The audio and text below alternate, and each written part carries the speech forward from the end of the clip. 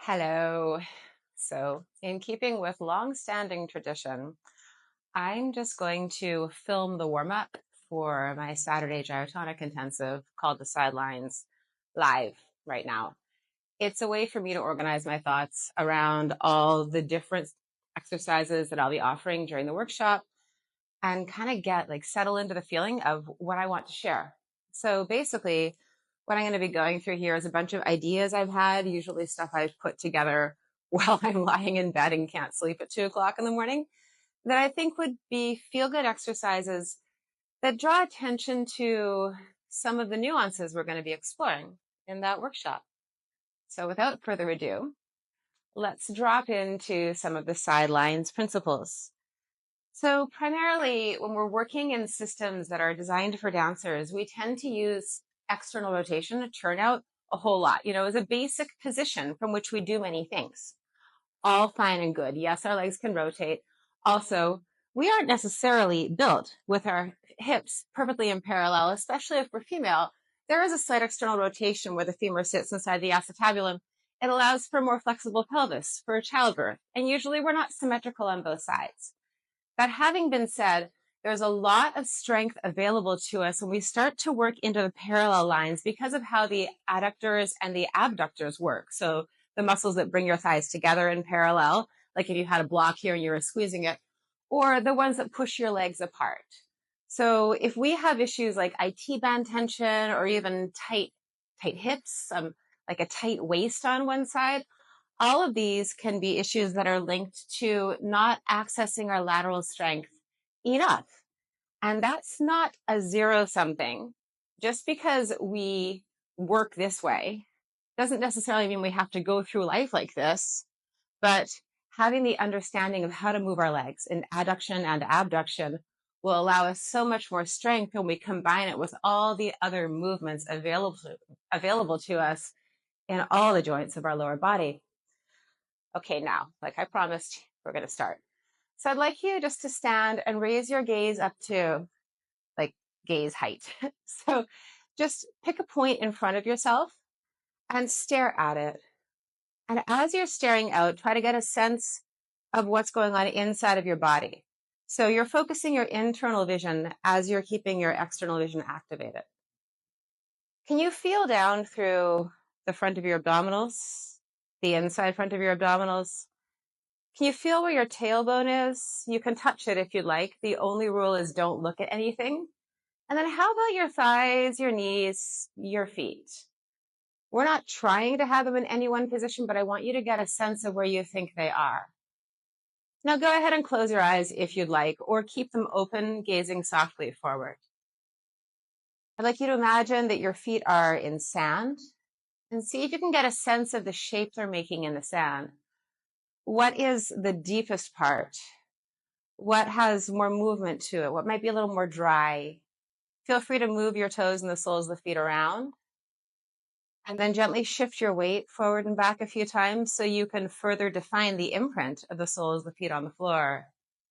And as you do this, notice what pieces of your legs are activating to allow this shifting forward and back. Come to a pause, trying to rest your weight through the center-ish spot on your feet.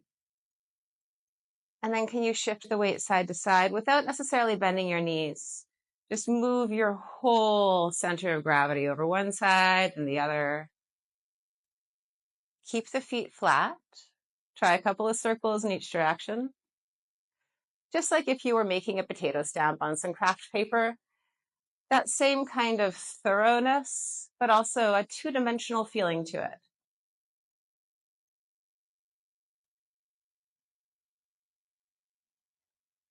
And then come back to center. Get a picture of how your feet look, and then open your eyes and look down and see if your feet and your legs are in anything like the position you had imagined. The answer is yours. We don't need to know this, but it's good to know if what we're feeling is actually what's going on. Another pro tip, record yourself working out. It will be awful at first, but then you'll learn so much. Back to our session. Now what I'd like you to do is actually move your feet to a true parallel. So let's call that, define true, right? Where the toes are facing in front of the heels and the knees are in line with that. Take a look, kind of squeeze into it. So engage your inner thighs towards each other and push the center of your feet down to the earth. You should feel a little activity in your thighs. And then stand up and close your eyes. And just notice how your legs feel now. Do they feel like they're in parallel, or do you feel like you have a bunch of tightly coiled spirals that are working against each other? And again, both things can be true. But what I'd like you to notice now, we'll just go ahead, shift forward and back a few times, then bend and straighten your knees. And notice how you can really get into that feeling of counter spiraling in and out as you bend and straighten the legs in parallel. So even when we have a direct linear relationship, it's never entirely that.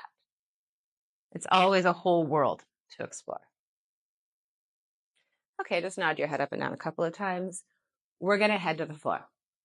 So I've got some props here that we're probably going to use. I've got a couple of yoga blocks. I've got a couple of mini bands, and I also have a TheraBand. You may not need all of them, but they're going to be helpful to have. To start with, we're going to use one mini band and one yoga block. So I'd like you just to lie down. And let's take the yoga block on the medium setting in between our feet. So we're going to hold it with, where I have my bunions, the inside of the big toes, and also the inside of the ankle bones. I'm going to bend my knees here. And then a few times, I'm just going to straighten and bend my legs, squeezing the block evenly with both my toes and my heels.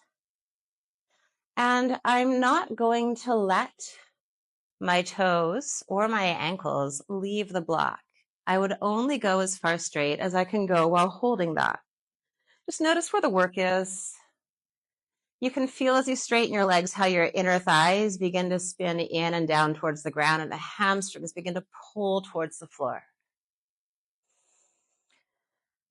Take the mini band around your arms, bend the knees in, and go ahead and take the arms up and down.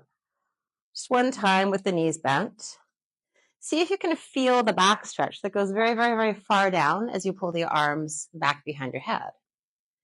And then slide the legs out, slide your arms out. And feel how that enhances the stretch. So push the feet away as you pull your arms apart. And see if that lets you get any further. Keep spinning the inside of your ankles to the block as you extend out. And then bend the knees in. Pull the arms in as well. Do this twice more. Only going as far as you can go while holding the block and noticing what happens to your abs, your hamstrings, the shape your glutes make. So if you're used to squeezing your butt and turning out a little bit to straighten your legs, this is going to feel really different in your butt, and that's a good thing.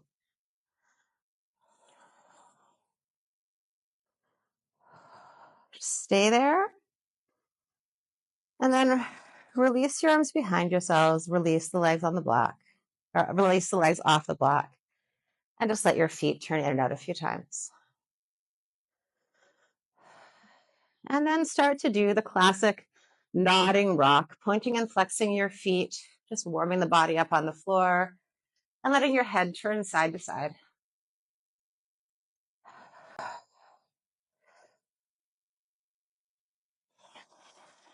And then relax. Maybe open your legs a little wider. Let's get rid of the band and move the block out of the way so you have space to slide around on the floor. And make a big X shape. I'd like you to just turn your right leg out and in a few times, feeling the femur rocking in the hip socket. You could even have your hand on the ASIS. That's the hip bone in front. And then do the same with the left. Notice if you notice they feel different in your body. And then we'll also take a moment to rotate the right arm because we're fair, and the left arm. And then turn everything out and in. And then stretch back out to an X. Wiggle one side long and the other side long. I'd like you to lift your head for a second and just make sure that your toes and your knees are facing the ceiling. that they haven't turned out to the side. So that's the one rule that I'm going to have you keep here. Just clasp your hands behind your head. Close your legs entirely. Bring your knees slightly bent. Focus them to the ceiling. And then open the legs out. This is as far as you're going to go. You're going to go as far as you can keep your toes and knees facing the ceiling. Anything further, and we're not doing what we want to be doing. So once you have that, just lie back down, stretch back out. Now we're going to close and open the right leg 8 times. We're crossing the midline. So the right leg's going to go all the way to the left. Feel that long, lovely, deep stretch through the inside of your hip. Your psoas is thanking you. And then open out until you feel the work in your glute. 8 at a decent pace. You'll start to notice the external obliques pulling the leg up as it abducts to the side. And then change sides. Cross the left leg to the right. 2. And see if you can avoid rolling your body with your legs. So we're not trying to rotate to the side. We're just crossing the midline. Very lateral. And then stretch out. Wiggle the feet again. We'll just alternate side to side. So bring the right leg to the left. And this time pull your left arm slightly down. So the waist is compressing. And the right side is lengthening. And then open it back out. Change sides. Pull the right side in, reach the left side long. And then turn that into a dialogue.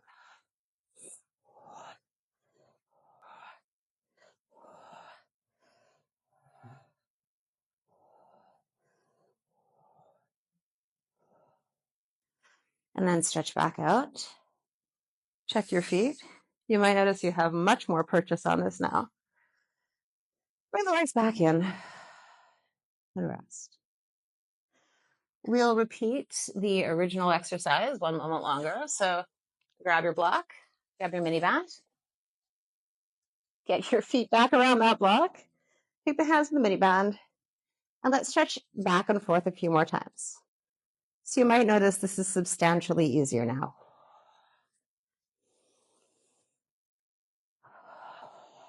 This time, inhale long. Exhale, we'll do a sit-up by pulling our arms apart and squeezing the block and sending our hands to our feet. Nod your head a few times. And then come up. So we're just going to look at the parallel strength of hip flexion now. There are a few different ways that you can do this. The easiest way would be to lie on your back with one knee bent and raising the other leg up. You can also take this block and put it behind your head just so you can keep an eye on your foot. If you want to make it more challenging, you could extend your non-working leg out, or you could bring it up to the ceiling. That piece is up to you. So here's the exercise. 8 times, you're just going to raise and lower your right leg, keeping it parallel. You want to make sure the foot doesn't kind of drunk drive. So you'll notice as you go down and up, you're going to find places where the foot wants to turn out or sickle.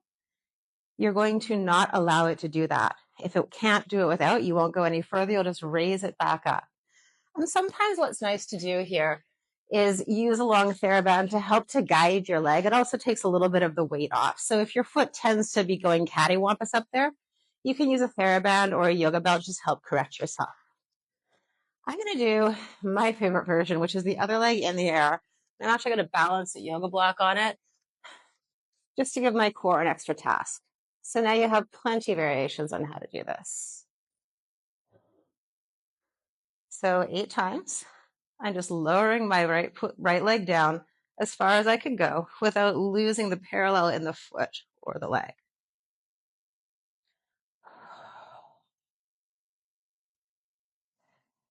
And if you tend to have a lot of hip clunking when you start doing leg motions, this exercise can be amazing to help find a little more stability inside yourself.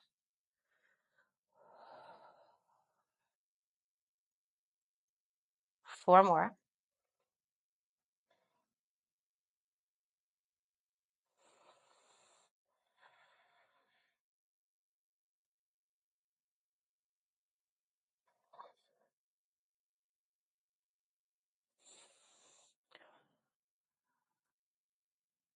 And then change sides. It might look easy for me now. It wasn't easy when I started doing this. So if you're challenged, yay, you're welcome. That means that this is actually going to do something good for you. If it was easy, we just have to make it more challenging.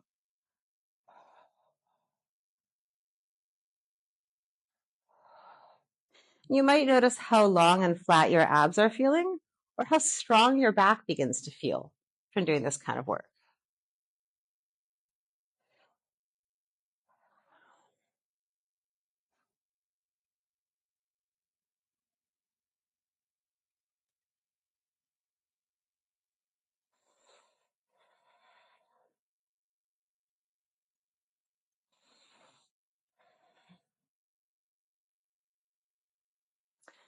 Okay, I'm coming around to stand up. We're going to conclude this warm up now with something more dynamic because the workshop is hella workshop. We have a lot of wingmaster stuff in there too. So I wanted to complete by doing something weighted, loaded, that can also get us into both the side body and the inherent rotations that happen as soon as we start to move laterally. We're going to have rotations somewhere. It's the question of identifying where and making that be a choice, not just a default. So I've got a 15-pound weights that I like to use for this one. You can grab whatever you like to hold and you can lift comfortably with one arm. Okay, so here is this badass combination that I've grown to really love. Hold the weight in your right hand. And now we're going to take a side bend over to the left. Let the shoulder feel the pull. And then stand back up straight. And then take a side bend over to the right. Shoulder drop down. And then come up. We're going to push the weight all the way up and step out. Now I'm going to do a windmill. So you're just going to reach down and touch the floor and then come back up. From here, take your left leg, bring it behind your right, and do a curtsy squat. And then we'll change sides. So I like to do a little swing here, and then we'll drop it back down. Having changed sides, we'll add the swing in later. We'll go ahead and lean away. So leaning towards the right. You can let your knees bend, but you want to keep your legs pretty parallel. Feel the glutes, feel the waist work. And then come up. Lean towards the weight. And up. Now push it up. Step out. Windmill. And then step back. Curtsy squat. Change sides. Lean. Lean. Come up. Windmill. Push the weight back up. Step behind. Curtsy squat. Change sides. Change sides.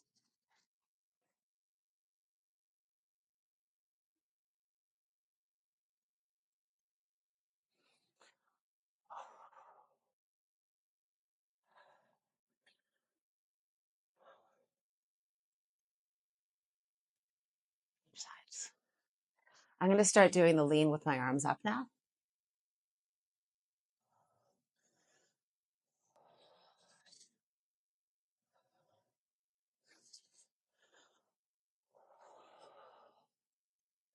So with the weights, your body's going to get used to them. It's going to find new possibilities. It might fatigue the first few times, or maybe it starts to get creative. In this case, you're kind of allowed to do whatever you want to, so long as you keep exploring the side, then up, lateral strength, but twist it, and then come back and find that split stance that you have on the curtsy squat, and notice how you're balancing the weight through that. One more time each side. Your own variation.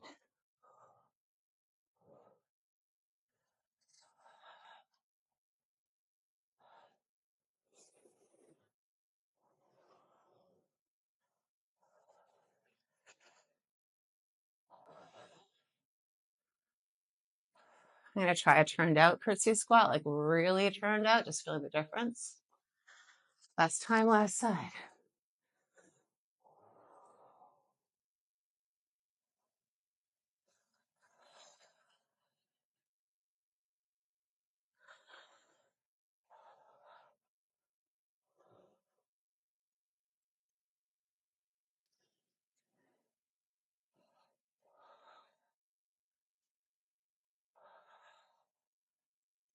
And then just to end, we'll have one Jefferson curl. So hold the weight in center. Let your arms be pulled down, imagining you're squeezing the block still in between your ankle bones and push it down to the floor.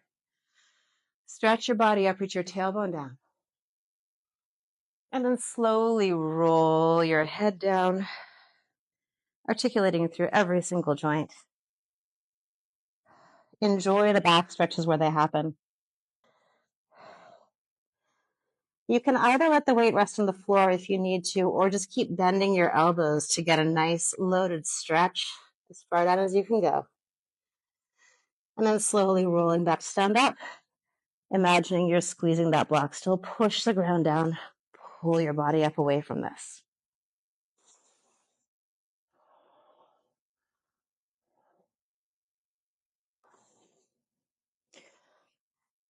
And now we're ready to start the workout.